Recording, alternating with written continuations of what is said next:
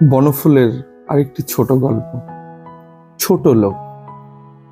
উন্নত মস্তক রাঘব সরকার দ্বিপ্রহরের নিদারুণ রৌদ্র উপেক্ষা করিয়া দ্রুত পদে পথ চলিতেছিলেন।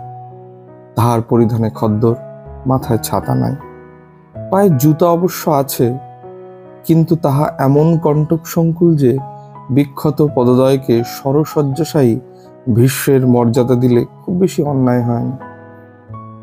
উন্নত মস্তক রাঘব সরকারের কিন্তু ভ্রুক্ষেপ নাই।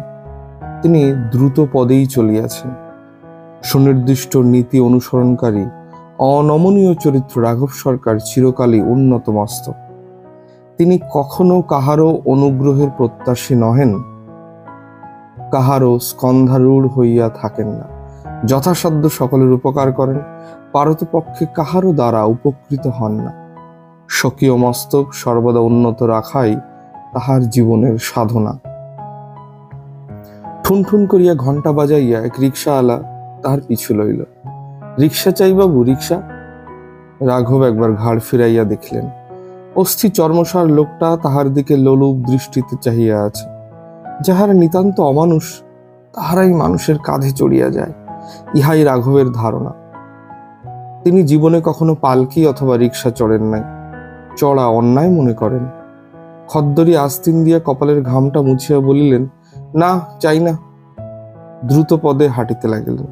ঠুনঠুন করিয়া ঘণ্টা বাজাইয়া রিক্সাওয়ালাটাও পিছু পিছু আসিতে লাগিল। সহসা রাঘব সরকারের মনে হইল, বেচারার ইহাই হয়তো অন্নসংস্থানের একমাত্র উপায়।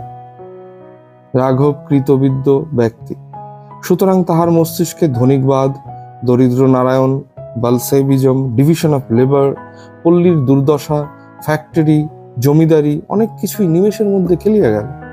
তিনি আর একবার পিছু ফিরিয়া চাহিলেন। আহা, সত্যই লোকটা জীর্ণ শীর্ণ, অনাহার ক্লিষ্ট। হৃদয়ে দয়ার সঞ্চার হইল। ঘণ্টা বাজাইয়া রিক্সাওয়ালা আবার বলিল, চলুন না বাবু, পৌঁছে দিই। কোথায় যাবেন? ওই শিবতলা পর্যন্ত যেতে ক পয়সা নেবি? 6 পয়সা। আচ্ছা, আয়। রাঘব সরকার চলিতে লাগিলেন। আসুন বাবু, চলুন। তুই আয় না। রাঘব সরকার গতিবেগ বাড়াইয়া দিলেন। রিক্সাওয়ালাও পিছু পিছু ছুটিতে লাগিল। মাঝে মাঝে কেবল নিম্নলিখিত বাক্য বিনিময় হইতেছে, আসুন বাবু, চড়ুন, আয় না। শিবতলায় পৌঁছিয়া রাঘব সরকার পকেট হইতে 6টা পয়সা বাহির করিয়া বললেন, এই নে। আপনি চড়লেন কই?